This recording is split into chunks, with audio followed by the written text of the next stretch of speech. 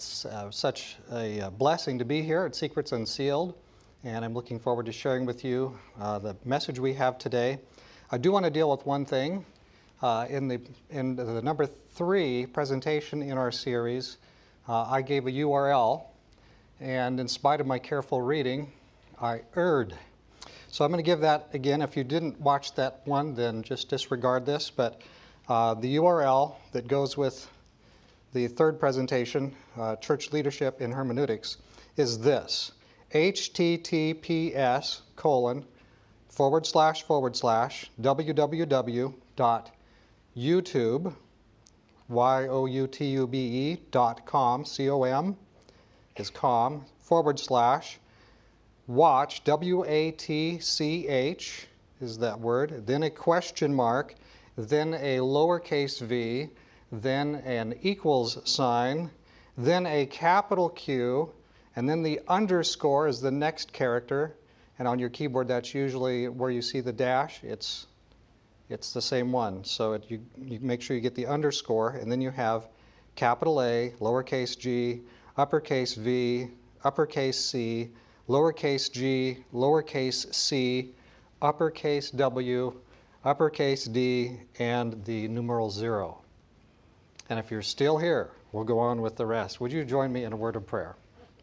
Dear Father in heaven, as we are looking at these topics and seeking your wisdom and your help and understanding, please bless, send your Holy Spirit, and be with us as we think on these things. And everyone who watches, may we learn and understand better, and may you give us a word of hope.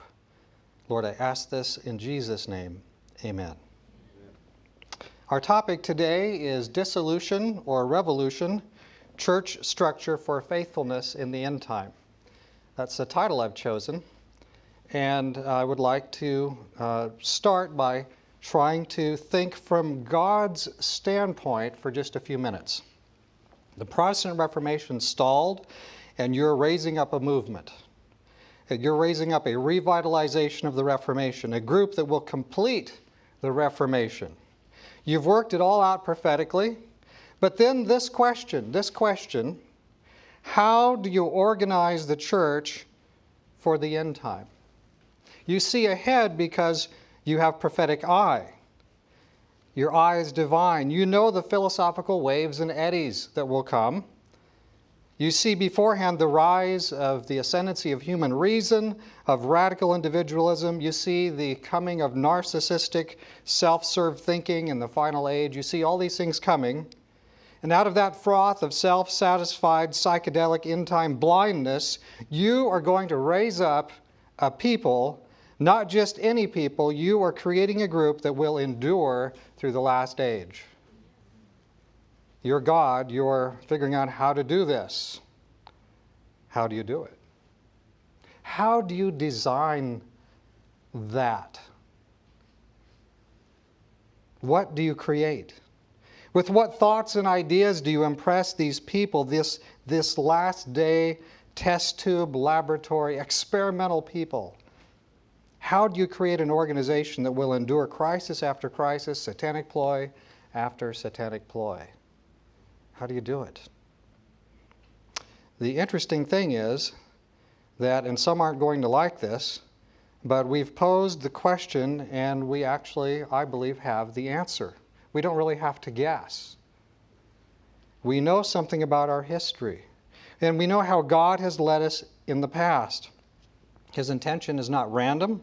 He did not leave our pioneers to pragmatic fits and starts and random throw things at the wall and see what sticks kind of organizing.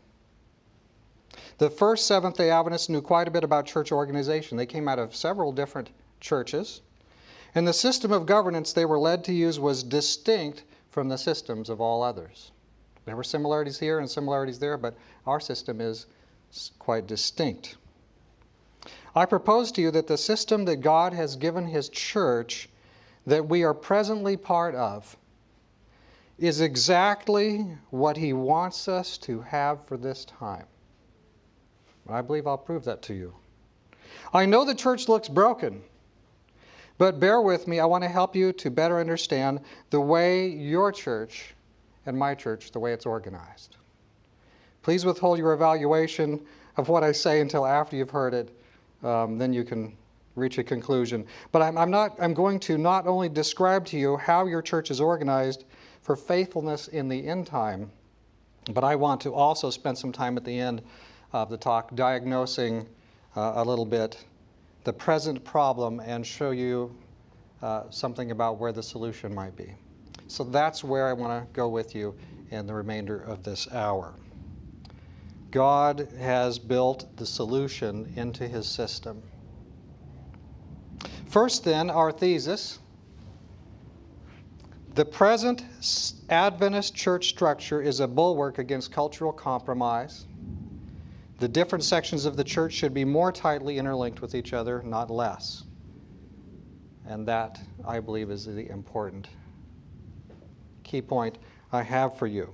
Now, I'm sure that there's some skepticism in this room, perhaps almost everyone. But I happen to have Acts of the Apostles here from Ellen White, and I'm going to turn to page 198. I have in 199 and 200. I have just a few quotations I would like to share with you that I think will be helpful for us. Again, you're designing a church to go through the end time and be maintaining of its doctrines, the doctrines of the Bible.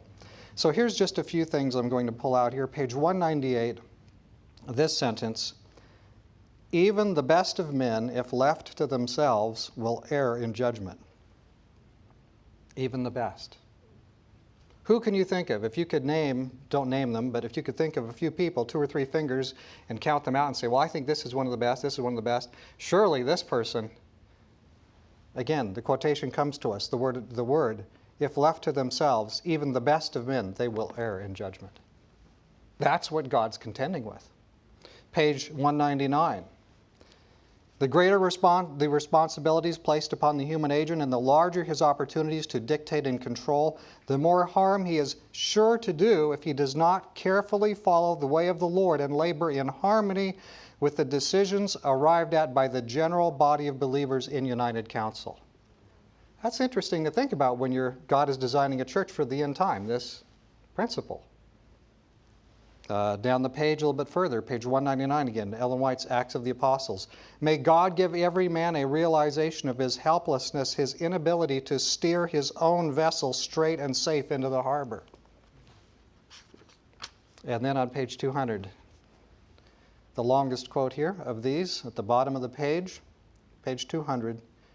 Notwithstanding the fact that Paul was personally taught by God, he had no strained ideas of individual responsibility.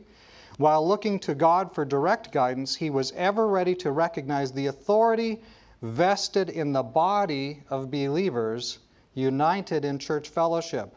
He felt the need of counsel, and when matters of importance arose, he was glad to lay these before the church and to unite with his brethren in seeking God for wisdom to make right decisions. Even the spirits of the prophets, he declared, are subject to the prophets. For God is not the author of confusion, but of peace, as in all the churches of the saints. With Peter, he taught that all united in church capacity should be subject one to another.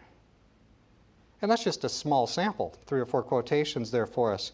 But those do give us, I think, some help in looking at some of the things that God has in mind. You probably spotted this common theme, our inability, our capacity to fail. We think of our capacity for success, but we really have an enormous capacity to fail. I think it is a great capacity, a great and dangerous one. More than this, if you were listening closely, there is the certainty that we will fail, we will make mistakes, unless we do what? Unless we conduct our labor, and the quotation said to us, in harmony with the decisions arrived at by the general body of believers in united counsel. God has built something into this system to help us go through these last days. Now, if you have your Bible, I'd like you to open to the book of Romans in chapter 12. There's a principle here that I think is an important principle for us. So if you go to Romans 12, verse 4 and 5, I'll read these, and we'll draw forth that item Here's what it says in the New American Standard Version. For just as we have many members in one body, and all the members do not have the same function, so we, who are many, are one body in Christ, and individually members one of another. Out of those two verses, there is a lot of insight for us, I believe, about how God would design or has designed His church to pass through the remarkable challenges that we face in these last days. So that's the model. That's the piece there. We have many members. Every member is an individual, but they are part of a larger body, and then we are members one of another. We are combined together. So I'd like to share with you, there's 3 or 4 different pictures I want to look at with you that you should be able to see on your screen, and we can bring up the first graphic right now.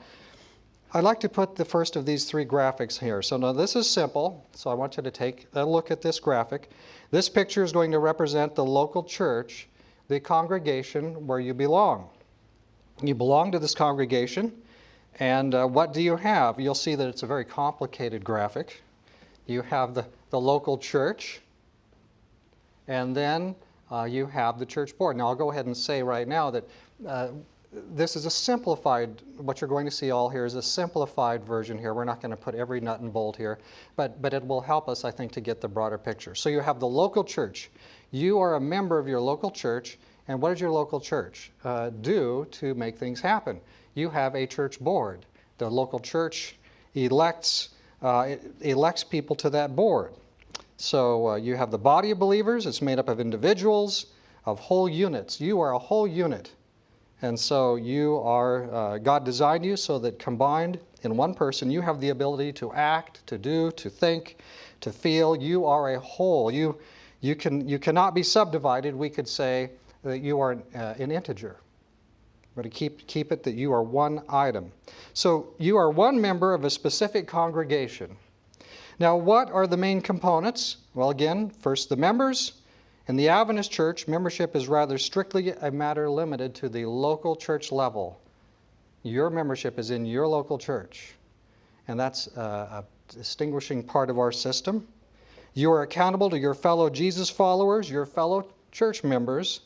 They are your brothers and sisters, and your membership is held in a local church, and your General Conference President's membership is held in a local church somewhere. We're all brethren. Professionals and laborers, members of every stripe, we gather to worship, and we even wash each other's dirty feet a few times each year. It's all part of the local church. So that's the fundamental model that is going to be built upon, the local church. But now, how do all these individual persons, these integers, if you will, how do we make decisions as a body? Well, you have a church board. The local church populates its church board. It employs a system of checks and balances and nominates and elects a church board. There's different persons who play important roles in the process, but the essential pieces are the congregation and the church board. Those are your 2 essential pieces. Now, let's draw the graphic again on the screen, and I'd like you to take another look at the graphic and tell me what's missing. There you have the extremely complicated graphic. All right. What is missing? What isn't there that you would expect to be there? The pastor. Where's the pastor? The pastor's not on that graphic. I kept the pastor off the graphic. You see, I left him off on purpose. He's an important part of what happens, but don't forget, churches can go for years between pastors. When the Seventh-day Adventist Church began, virtually none of our churches were served by full-time paid clergy. So the pastor is one piece, but he's not essential. I wonder what it'll be like when I get back. But what you see listed here really are the essentials. You have the local church and you have the church board. Those are really the essentials. A local congregation, the members, the integers, as it were, the church board is the decision-making body of the congregation. Those 2 pieces are the critical central pieces. So now when the Adventist church was formed, none of them could have envisioned, I think, what we're going to show you now at the second graphic. So here's a simple pie chart that we'll be bringing up on the screen. Take a good look. This is a representation of God's end-time church today. So you'll see 13 slices for those who are counting. There should be 13 on there. And you have the different divisions, the NAD, the North American Division, the IAD, the Inter-American Division, and Trans-European Division, and so on around the way. You have the different divisions of the church.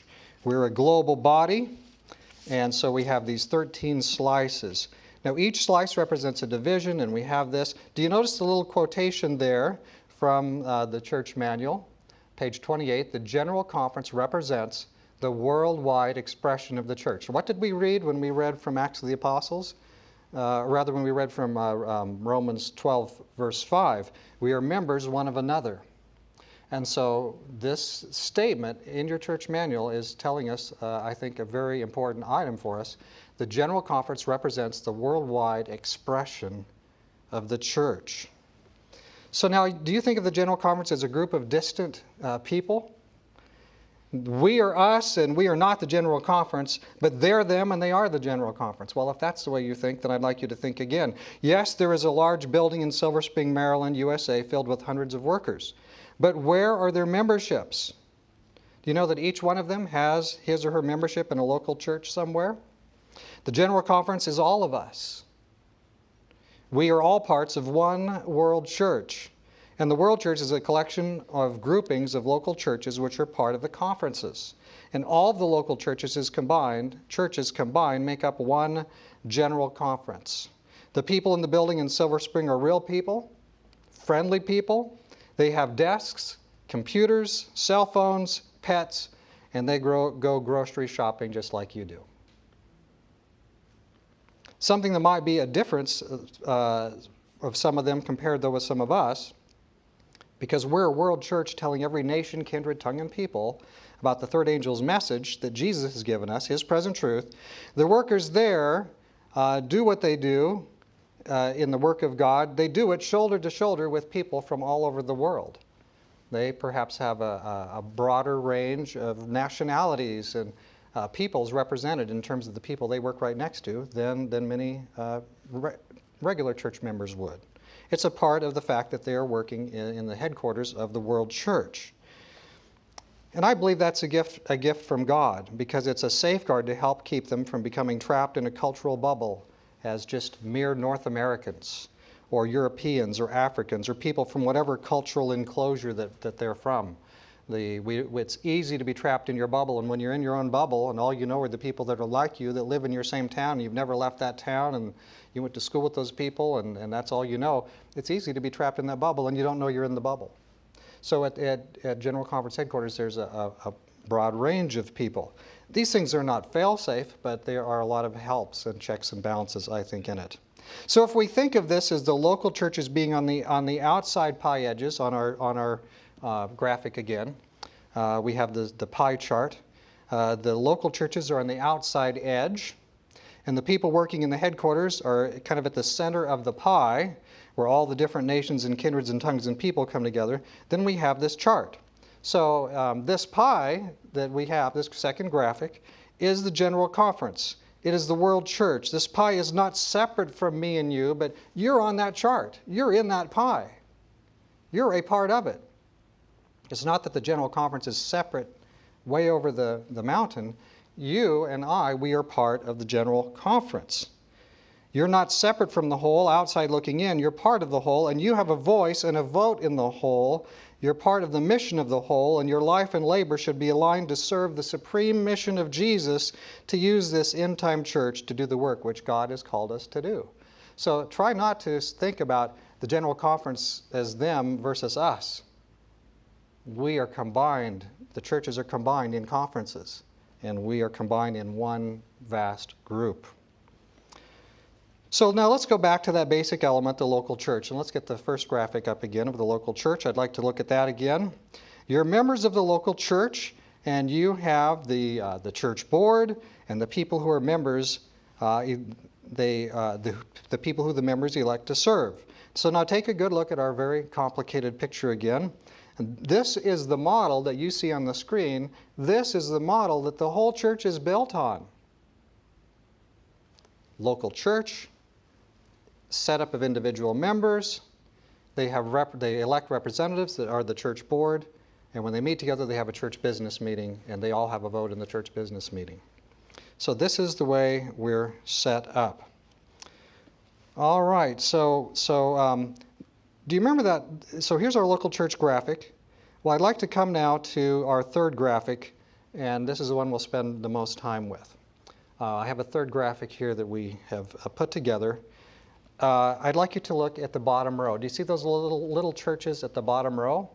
That represents our little local church graphic, our simple initial graphic, because really the church is made up of a whole bunch of these churches all around the world.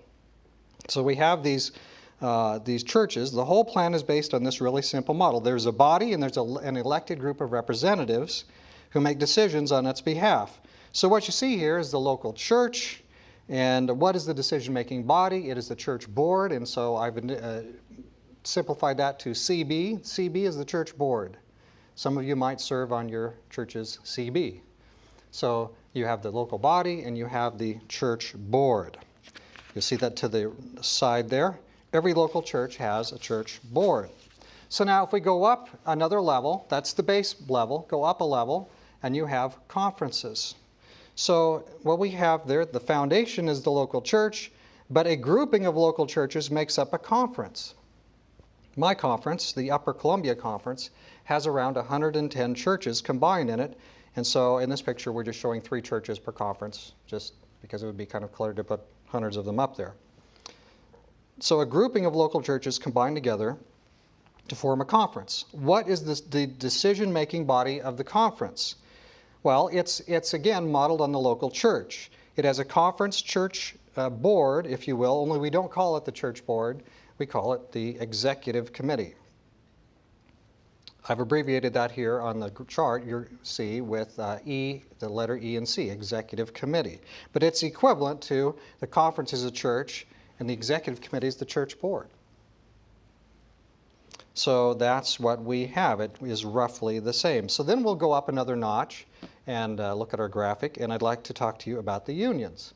So if you go up another notch, the conferences, conference is composed on the lower level, the middle level. The local churches make up the conference. You combine conferences, and they make up the union. So in our particular case, to give you a concrete example, I am part of the North Pacific Union. They call it the North Pacific Union Conference. But let's just say the Union or the North Pacific Union. Our union rather, has 6 conferences that are a part of it. We have the Washington Conference, the Oregon Conference, the Upper Columbia Conference, the Idaho Conference, the Montana Conference, and the Alaska Conference. Those 6 conferences are the ones that make up the baseline for the union. So what is the decision-making body for the union? Well, each union has an executive committee, the EC there, which is kind of the union. If the union were a church, the executive committee is the church board. And so I'd like you to see that the local church, the local conference, the local union, they're all roughly the same. Again, not all the details here, but very roughly the same. We just call things by different names. So there's another word that you might, that we may or may not understand well, and it's constituency. The constituency is the membership. It's the group from which the whole is made up. So in the local church, you and I are called members. But we could just as easily be called the constituency of that local church. When all the members are invited to meet together, we call it a church business meeting. But it's also really, at the same time, it is the church constituency meeting of your local church. We just call it a business meeting. Now, by the way, the World Church has determined that every church should hold regular business meetings. It's right in the church manual, and it says that you should have a minimum of once a year, your church should have a business meeting. I hope your church is having at least annual business meetings. Some of our churches and conferences are just not holding their meetings when they are required, with the frequency that they're required to. The church manual says that the local church is required to have the church business meeting at least once a year. It's on page 128 of the current manual. You might want to visit your church board and tell them about this in some cases. Anyway, all the members can come to that meeting. All the members can make motions and they can vote. It's part of our representative system of church governance. If the church board were to start making decisions that are unrepresentative of your church, the church and constituency meeting can come and tell the church board, no, it is this way, not that way. The church board, and you can require them to move differently than they moved before. So every 4 or 5 years, delegates from every local church come together at a conference constituency session. Now let's bring up the graphic yet again. And on the on the left margin, you'll see those letters CCS, UCS, and GCS. So CCS stands for Conference Constituency Session. So when the grouping of churches that make up your local conference come together, that becomes your conference constituency. They send delegates, and you have a conference constituency meeting. And then what you have, of course, is that when the conferences that make up a union meet together, when delegates from them meet together, they have a UCS, a Union Constituency Meeting. These usually happen, conference or union constituency meetings, every 4 or 5 years. So you have you'll kind of always hear it called the constituency meeting.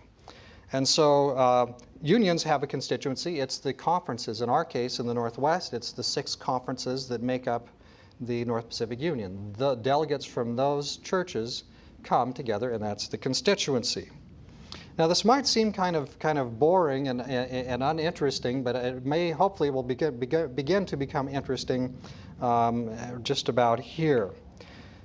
You're going to see a bracket here on the margin on the right-hand side, encompassing all these parts of the church organization. So now, if we show the graphic yet again, the local church, the conference, and the union, they are elected by constituency. In other words, in all those 3 cases, you have a constituency. We're going to notice something kind of interesting here.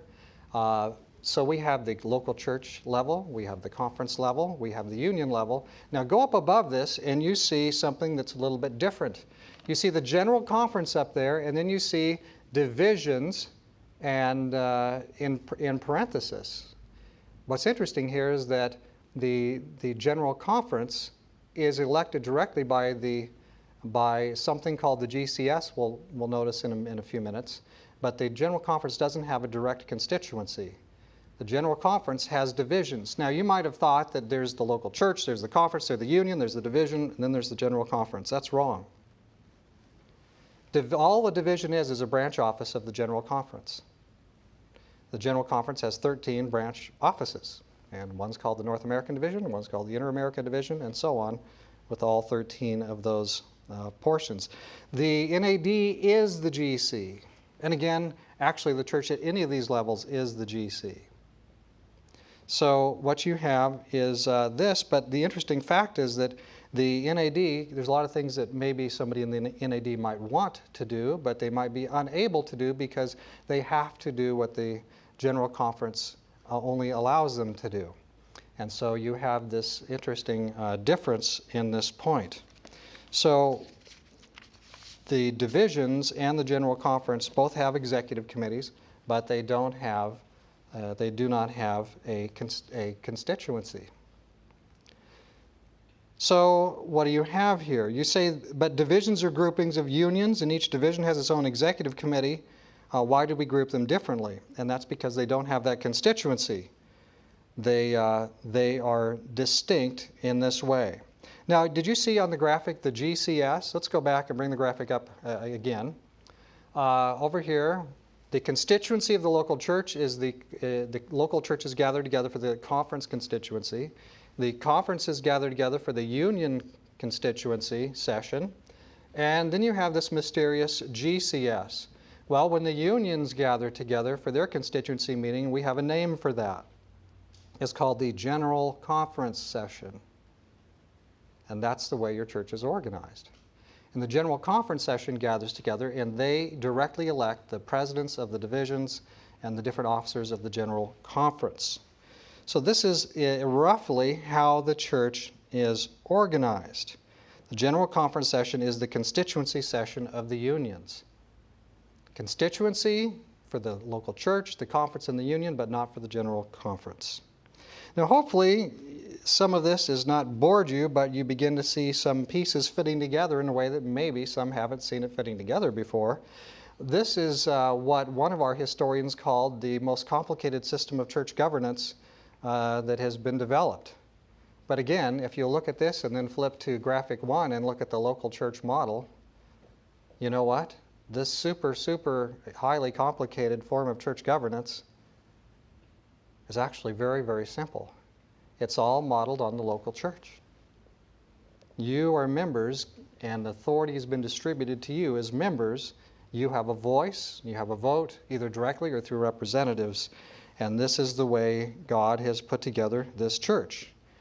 Now, in Testimonies Volume 8, maybe you wonder, is this really inspired? Or is this just kind of a human plan, a pragmatic thing? Because that's the way it's often portrayed, is that the early leaders of the church didn't know what to do. They got together and they just developed this pragmatic plan, and kind of that was what we had. But let me read to you from 8 Testimonies, pages 236 and 237. This is something that Ellen White has written for you. Listen to what it says.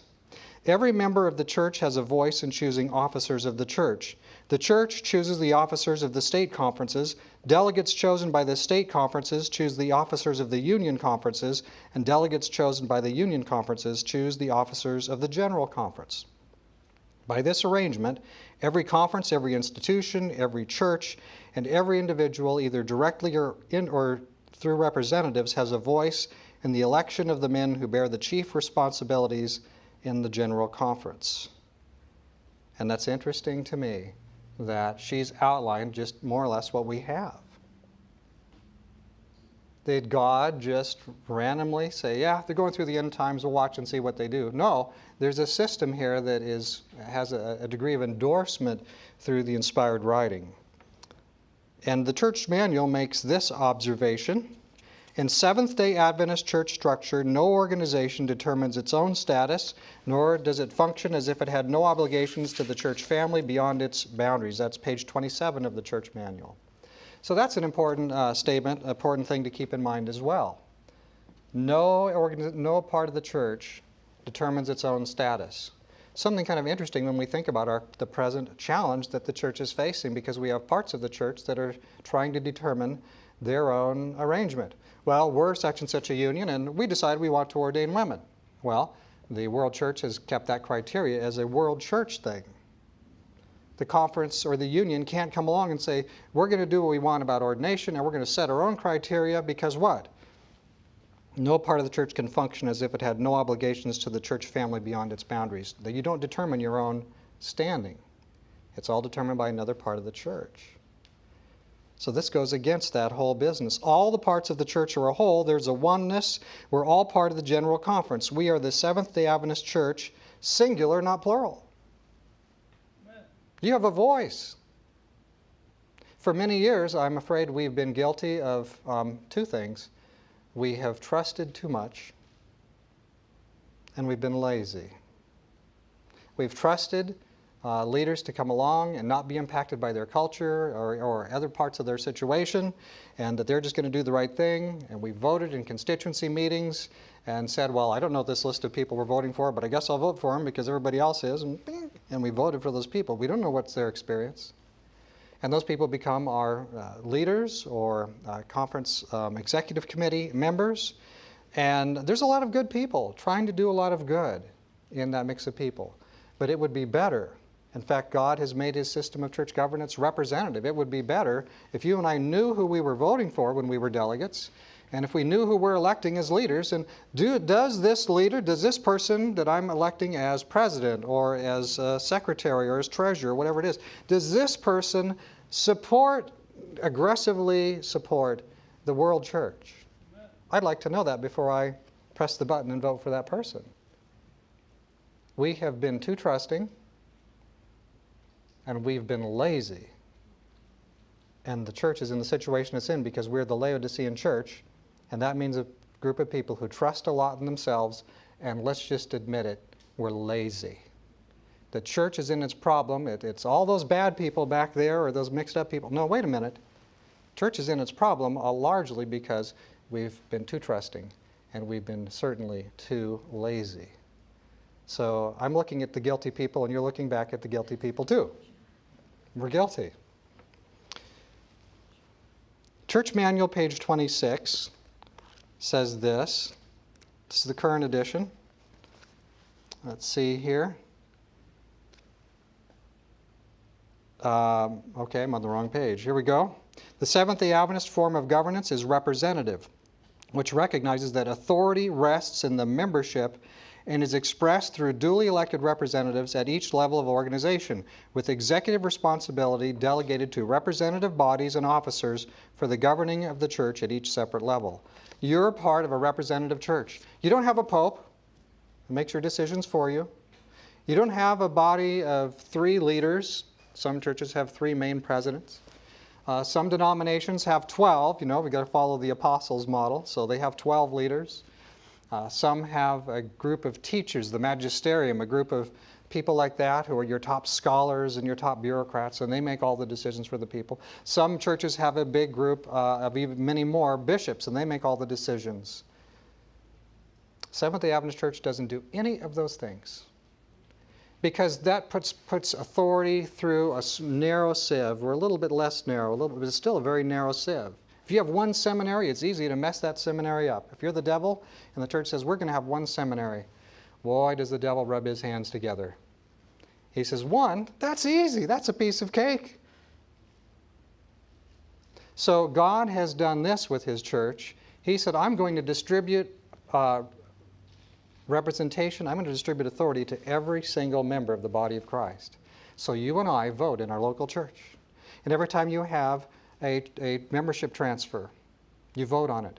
You have somebody who's baptized, you vote to receive that person into membership subject to their baptism. You have a new officer, and you have a little vote. Where you have the nominating committee list comes in, and there's a vote on that. That's like a miniature business session, and that is you in your representative capacity functioning in the church, exercising the authority that God has given to you to help things go in the right direction. We haven't used that too much. We've just trusted and been lazy. Well, let's move into the current crisis here. I think this baseline understanding we've been talking about will help us a little bit with our current crisis. It's difficult from within one's own setting to discern that you're in captivity to your own culture. We already talked about that a little bit. The present conflict in the church has not arisen because there's a defective structure. The structure that I've outlined to you here is supported by the inspiration. It's supported by the Bible and the writings of Ellen White, I believe, and it makes, not only that, it makes great sense. If we wouldn't be too trusting or too lazy, it would work pretty well. The present conflict in the church has not arisen because there's something wrong with our church structure. But I believe it has arisen largely because we have culturally impacted leaders. The Bible is really our safeguard to keep that from happening to us. We read the Bible over and over. We study. We pray. We have the benefit of our brothers and sisters in the church. When we get off a little bit off track, trusted brethren can help us to readjust and come along into the right direction. What has happened, though, is that I believe that many of our leaders, some of our leaders anyway, have become culturally impacted. They are doing what all the other churches are doing, thinking what all the other churches are thinking, and they can't seem to get it out of their minds. And so they come back again and again and again. And we have 3 GC sessions on WO, and if they could have their way, we'll have 4. Or something else. The western portion of the church, namely North America, Western Europe, and the South Pacific areas, are deeply infected with keynote Western cultural concepts. Concepts of egalitarianism, which have no place for the Bible version of egalitarianism. I don't have time to unpack that here, those 2 different egalitarianisms. But I would say that there are workers whom we can assume to be very well-meaning in their motivation who ought to be reassigned an opportunity given to workers who will respect the Spirit-led decisions of the church, the world church, in General Conference session. If you can't support the decisions of the world church, you need to be reassigned. It's just that simple. I may be reassigned when I land at the airport, but... Now, if you heard our first roundtable discussion last night, you heard Elder Veloso speak plainly about the current crisis, and I want to add to that again a little bit with our chart here. With regret, Elder Veloso described what has been happening as And he used these words, I think, reluctantly, but he described it as a power struggle. Let's bring up that third graphic again. I would say with regret that perhaps that is an accurate description. Because what you have today are unions trying to usurp the authority of the General Conference. So look at how this is laid out here on the chart. In North America, the unions, under the protection of the NAD from the General Conference, are trying to operate by their own preferred criteria. They want to ordain, many of them want to ordain women, and the World Church said no. The General Conference is responsible to carry out the decision that has been made by the General Conference in session. The North American, some of the North American unions in particular, in conferences, are operating in opposition to the World Church decision. And what do you see between the unions and the General Conference on the chart? It says divisions. And in the case of our North American continent, the division in the middle is called the North American Division. So in North America, the unions are being protected by the NAD from consequences of their chosen, what they want to do. They're being allowed to do it. And our officers in the division aren't doing anything to prevent it. They are enabling. That's what we call it in other kinds of situations. We've heard of situations where one member of a couple is the enabler. Well, in this situation, it's, I believe, the division is preventing action from happening that should happen. They are enabling their unions. You know what it is? It's congregationalism. It's just congregationalism on the union level. That's all it is. And in Europe, the Trans-European Division. You have unions and unions of churches under the protection of the Trans-European Division, and they're trying to operate under their own regional criteria. The World Church decided this, we don't like this, so we're going to do this, and the Trans-European Division is standing in the middle and will not, is not causing them to come to where they need to be. So again, what do you have? You have congregationalism on the union level. That's the crisis that we have happening. So on the chart, you can see that the problem here is that there are unions and the divisions, and the problem is not the church structure. The problem is that the elements within the church structure at the union and division level, essentially at the GC level, because the division is part of the GC, are attempting to usurp the authority the World Church has vested in the General Conference as a whole. So this isn't just an offense against the leaders in the General Conference building of the General Conference. Remember, who's the General Conference again? We are. So this is an offense against every member, every one of the 20 million members of the Seventh-day Adventist Church should be, I don't know, I don't want to say we should be unhappy, but the decisions that have been made on our behalf are not being carried out because there is a insubordination at that level. The divisions are acting as insulators. They're insulating the unions from experiencing the consequences of their disregard for the World Church decision. That's the crisis in a nutshell. It's not the whole piece, but that's one way technically of talking about it. So this is why the essential component in the reconciliation process voted at last year's annual council was that it makes it more readily doable for the General Conference leadership to address issues in conferences and unions. You see, because it allows, if there's an issue, it allows the General Conference to go and address that issue and sort of bypass the division.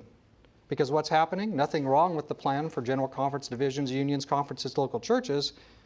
What's problem is not the structure. Now, think about it for a minute. If the problem is not the structure, what's the problem?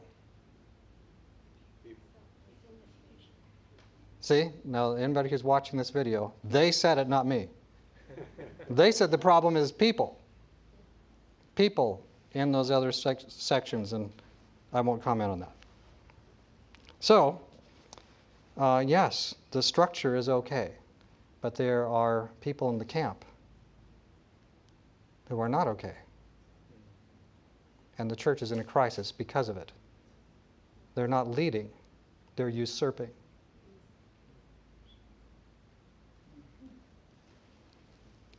And so, that's where the problem is. Divisions are insulating, and that's why the essential component in the reconciliation process is that the GC can address things beyond the protection of the division which is standing in the way. And so the solution is not any dramatic change in church structure, but really what is needed is a change of officers in divisions and unions, workers who not only are willing, but are actually functioning in opposition to the world church shall need to be, shall we say, reassigned.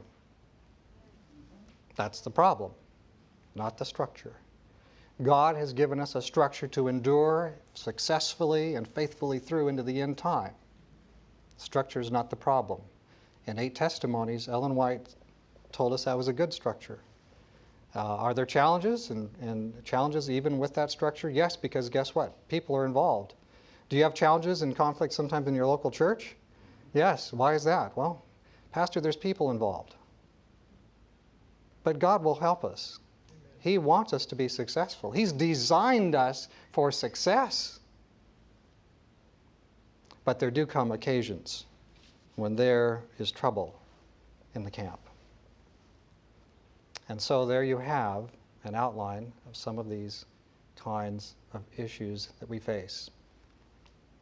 If the unions are permitted to overrule the General Conference, then it will be true that in its commitment to securing consensus with regard to that's a tangle. Let's try it again. If the unions are permitted to overrule the General Conference, what do you think the outcome will be? The unions will have their way on anything, right?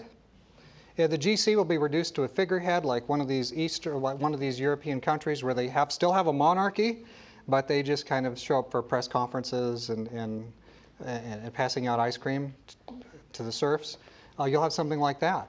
The unions will be in control, and that's what you will have. If they're allowed to override the General Conference, our church structure will be changed.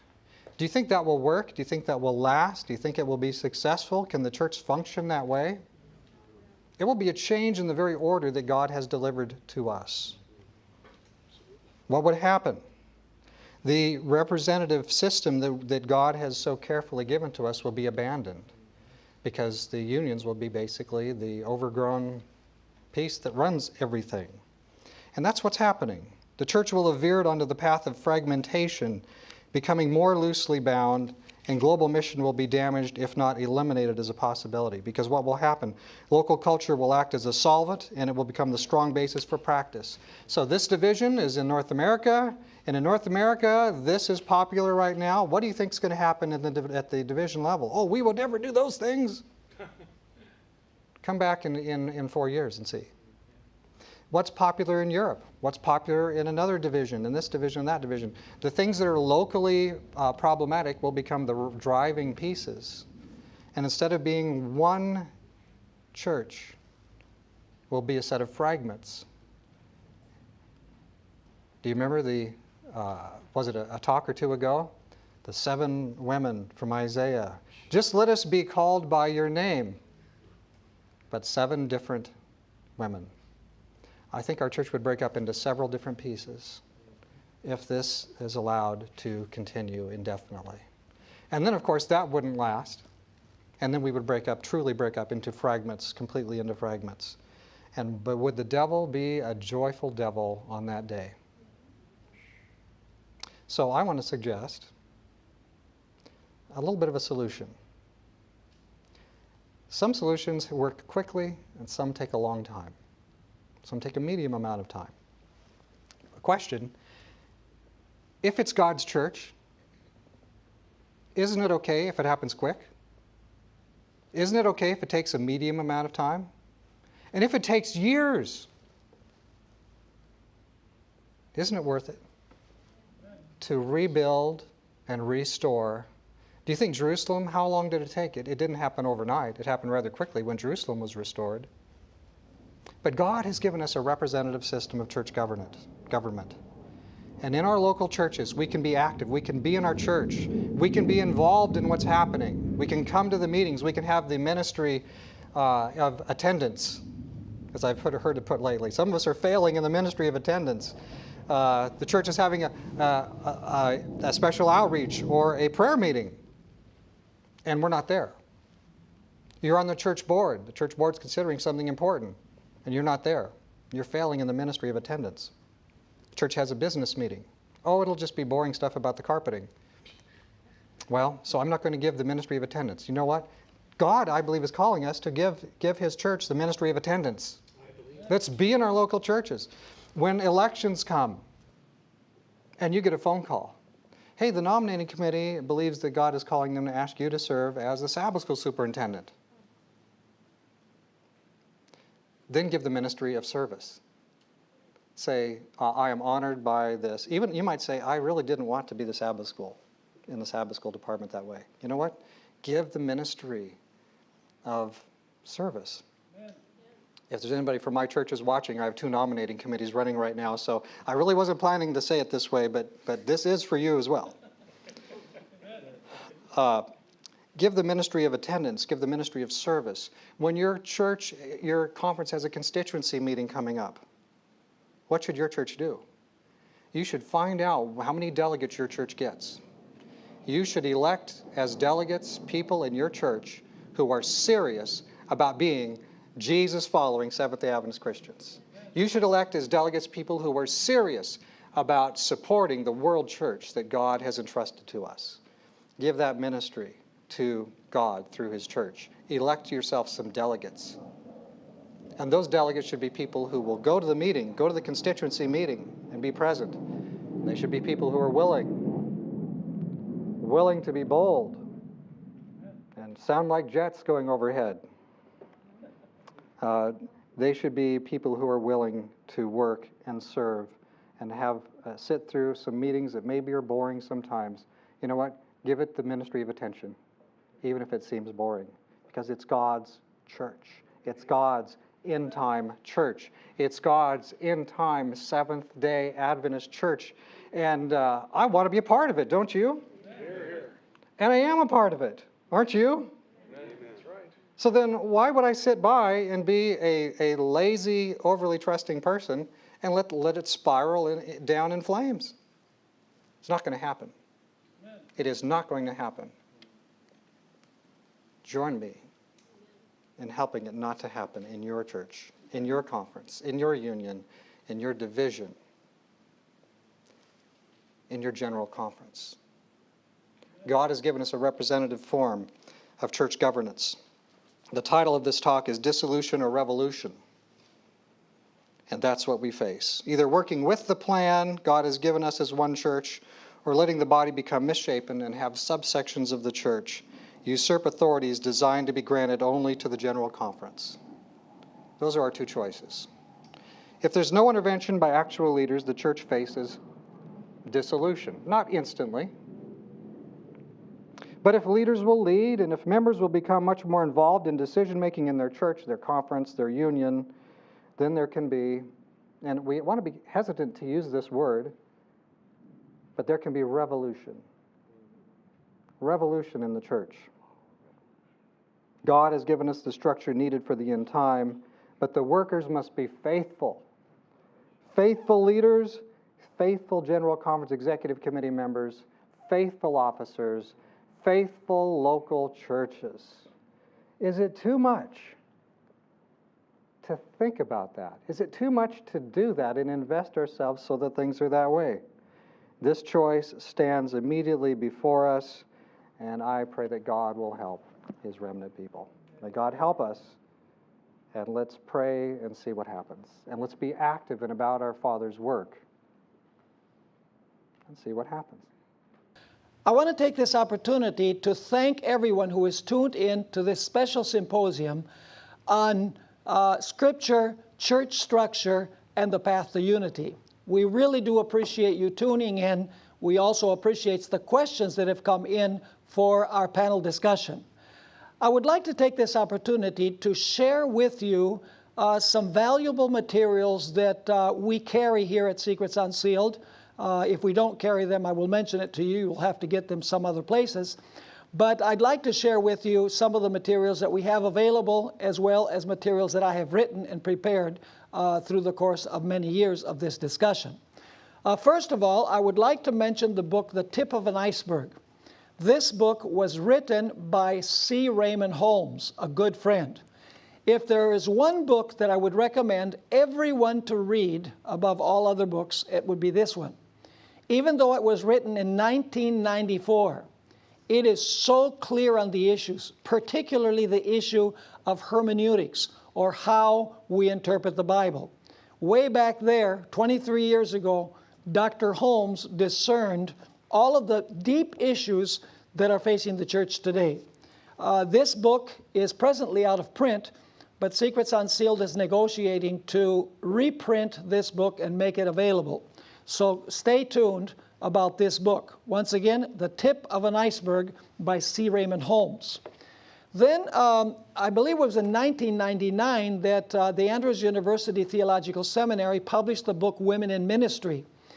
And of course, the seminary at that time strongly supported the idea of ordaining women to the gospel ministry. So in the year 2000, there was a book published in response by several scholars of the Adventist Church who were opposed to women's ordination. The name of this book is Prove All Things. It's edited by Mercedes Dyer, who was my teacher when I was at the seminary, a very fine woman. But it is a book that contains a symposium of many different authors concerning this issue of women's ordination. It answers many of the arguments of the pro-ordination group. Then I want to recommend a book that is written by a non-Adventist. I don't recommend many books that are written by non-Adventists, but this is a good book. We don't necessarily agree with every detail of it, but the preponderance of the evidence is very, very good. The name of the book is Evangelical Feminism, A New Path to Liberalism. It's written by Wayne Grudem, who is a Reformed scholar. Now, there's been a lot of criticism against the idea of using Wayne Grudem and his arguments. But I believe that many of his arguments are rock solid, and in this book he answers many of the arguments that are used by the pro-ordination group. Then I have a book that I wrote way back in 2012, leading up to the special constituency of the Pacific Union, where the Pacific Union attempted to change its constitution to allow for women's ordination. And when the Union was not able to change the Constitution, they approved women's ordination anyway. I wrote a little book leading up to this event called Reflections on Women's Ordination. It speaks about the conflict that arose around the year 2012 over the issue of women's ordination. That's where the hornet's nest began to cause problems in the church. And then we have the same book in Spanish, La Ordenación de la Mujer, Sí o No. So this same book is available in Spanish. Then we have a book that was written by Eugene Pruitt while we were at TOSC, the Theology of Ordination Study Committee. Women's Ordination, 31 Popular Arguments and Biblical Answers. Very good resource book that answers many of the points that are brought up by those who favor women's ordination. Then probably many of you know that Secrets Unsealed, leading up to the General Conference session, actually sponsored 2 symposiums here in our studio. The first one was in English, and the title of it was Women's Ordination, History, Issues, and Implications. We had several scholars that we brought in and pastors, and they presented on different aspects of this particular subject. This series is available from Secrets Unsealed for the cost of shipping. Once again, the title is Women's Ordination, History, Issues, and Implications. This series is available on DVD. Then there are several newsletter articles that I wrote leading up to the vote at the General Conference session in 2015. The first of these is Reflections on Phoebe. It's claimed that Phoebe was a deacon of the church. And I go through a careful study of her mention in Romans chapter 16, and I show that she was a servant in the church. She was not a deacon, a full-fledged deacon like the deacons in the church today. Then many have argued that because Deborah and Huldah were notable women in the Old Testament that played a very important role in the history of Israel, and we would not argue that point, I decided to write an article titled Reflections on Deborah and Huldah. these two notable women from the Old Testament that made a big difference in the history of Israel. Of course, their prominence in the Old Testament is used by those who favor women's ordination to say that we should ordain women to the gospel ministry. Then I have an article that I wrote, Reflections on Junia, Fact or Conjecture. And basically what I do in this particular article is show that Junia was not an apostle. She was a notable person known by the apostles, but she was not an apostle. Then also we have an article that was prepared by several of us who belonged to the Theology of Ordination Study Committee. Task Group number 1 reviews the third option. Basically, at first, at the Theology of Ordination Study Committee, there were only two groups, those who favored and those who were against. But towards the end of the meetings, a third option appeared, and here in this article we deal with the third option. Then I wrote an article for our newsletter, Reflections on Hermeneutics, because this is really the central issue in this whole discussion, is how you interpret the Bible. And so I wrote an article bringing out the issues concerning hermeneutics as it relates to women's ordination. Then there's a sermon that I preached at GYC a couple of years ago, and it's related to this. It's called The Risk of Eternal Loss. It's available on YouTube. That's the name of the sermon if you want to watch it. And I also wrote a newsletter article titled The Risk of Eternal Loss. These are some of the newsletter articles that I wrote concerning the issue of women's ordination. Then we have the book, The Adventist Ordination Crisis, which was published by Amazing Facts, but many of those of us who belonged to TASC actually contributed to the arguments that are used in this book. Finally, two resources that I would like to mention. First of all, and this is extremely important, I would recommend people to read this because it basically covers the entire trajectory of the women's ordination discussion from 1968 through immediately after the General Conference session in 2015. The title is Reflections on San Antonio.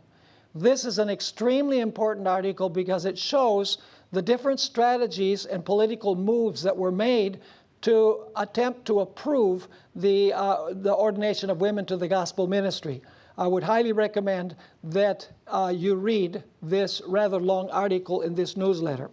Finally, this is not in a booklet, but it's an article that I wrote, and the title of it is Biblical and Spirit of Prophecy Evidence for Male Headship. It's a good number of pages. Actually, it's 33 pages. One of the big issues that is being discussed is whether the Bible teaches male headship.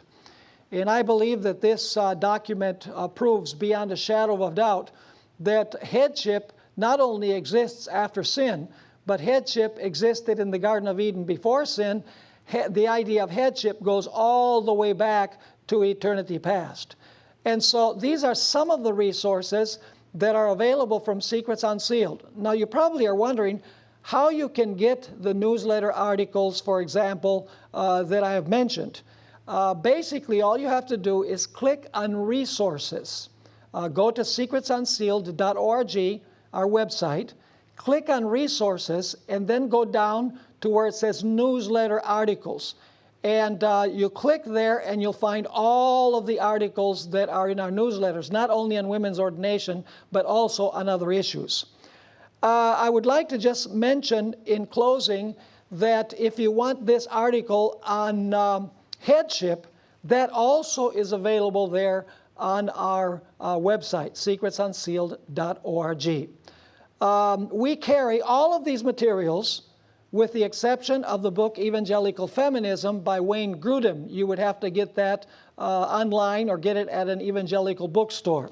However, all of the other resources are available from Secrets Unsealed. So I hope that you will check out these resources, these materials. I believe they're clear that even though women are extremely important in the church, God has given them functions that even men cannot fulfill. They have not been called to be ordained as ministers of the gospel in the Seventh-day Adventist Church. It doesn't mean that women are inferior. Far be the thought from our minds that women are inferior to men. They are equal to men, but they have different functions that God has given them. So may God bless you all, and I trust that this town hall meeting, as well as the individual presentations, have been a blessing to your life. May God bless you and keep you in His care, and may God bless His church and bring unity where there is now division. Blessings to you all.